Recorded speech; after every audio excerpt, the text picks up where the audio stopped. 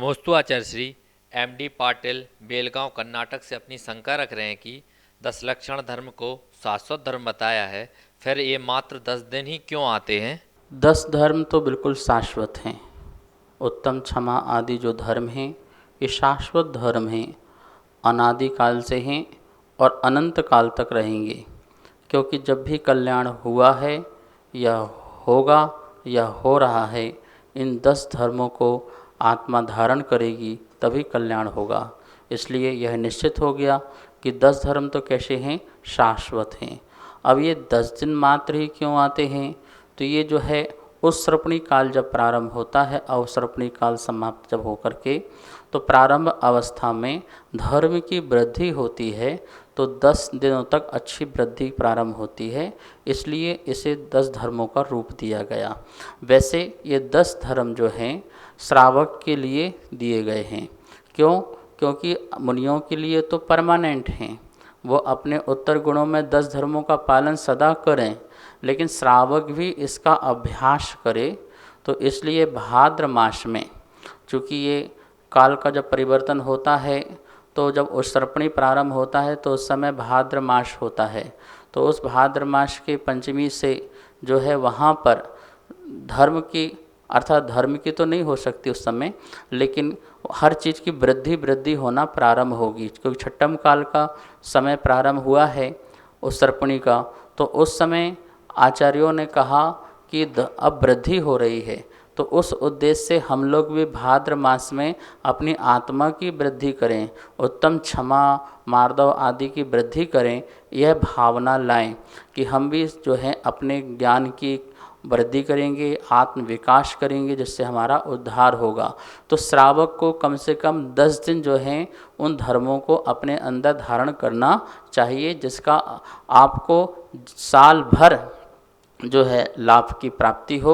और मुनिगण जो हैं, आचार्यगण जो हैं, इसे तो सदा ही धारण करते ही करते हैं।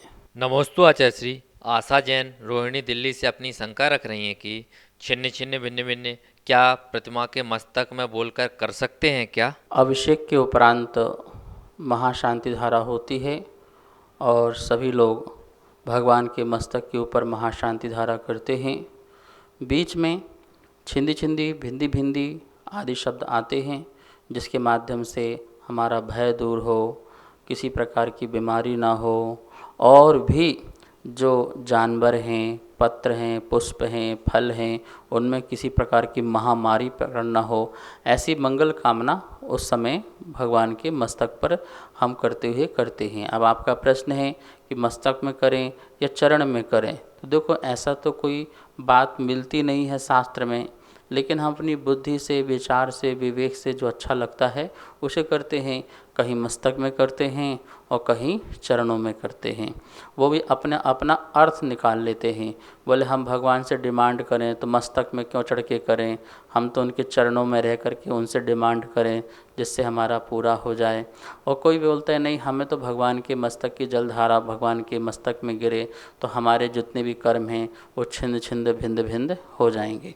तो आपको जहाँ जैसा विवेक लगता हो और जैसा भाव लगता हो वैसा वहाँ पर करें। पर कोई ऐसे शास्त्र में ऐसा नहीं है कि मस्तक में करना है, चरणों में करना है। हाँ, ये ज़रूर है कि प्रभु का जो अभिषेक होता है वो मस्तक में ही होता है, और जो स्वधर्मेंद्र जब बालक का अभिषेक करता है तो उस समय भी वो शांति मंत्रों को पढ़ता है, तो मस्तक में ही क्या बोलते कि वह धारा छोड़ते हुए करता है। अब उस समय वो छिंदी छिंदी भिंदी भिंदी तो बोलता नहीं होगा। इस समय तो ये हमारे विद्वानों के द्वारा, आचार्यों के द्वारा छिंदी छिंदी भिंदी भिंदी लिखा गया है। अब ये शब्द जो है चरणों में बोलना है या मस्तक बोलना है, ये आपका विवेक है।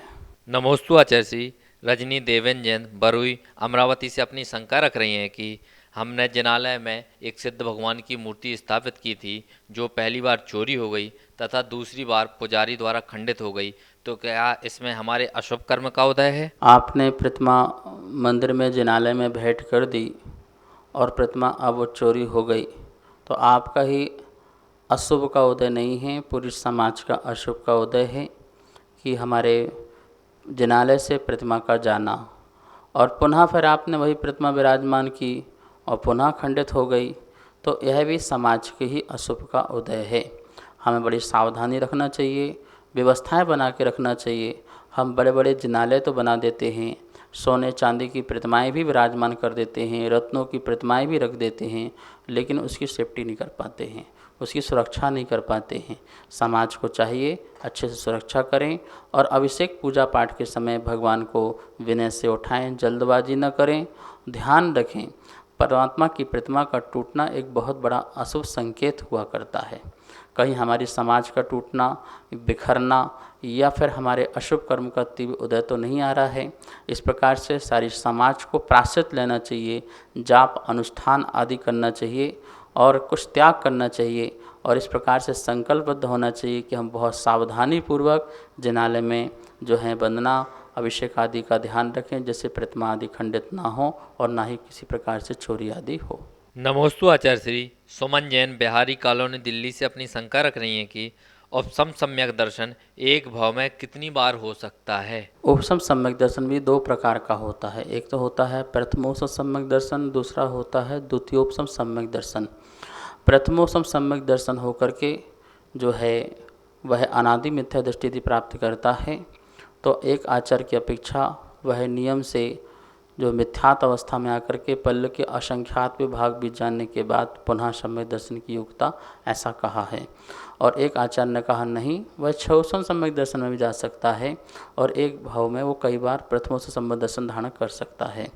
लेकिन जो द्वितीयोपसम सम्यक दर्शन है वह जो उपसम श्रेणी में चढ़ करके प्राप्त किया जाता है, तो वह अपने पूरे जीवन काल में, मतलब इस भाव में नहीं, जब तक मोक्ष ना जाए उस मोक्ष तक जाने तक में वह 4 बार उसे द्वितीयोपसम सम्यक दर्शन धारण कर सकता है, उपसम श्रेणी चढ़ सकता है।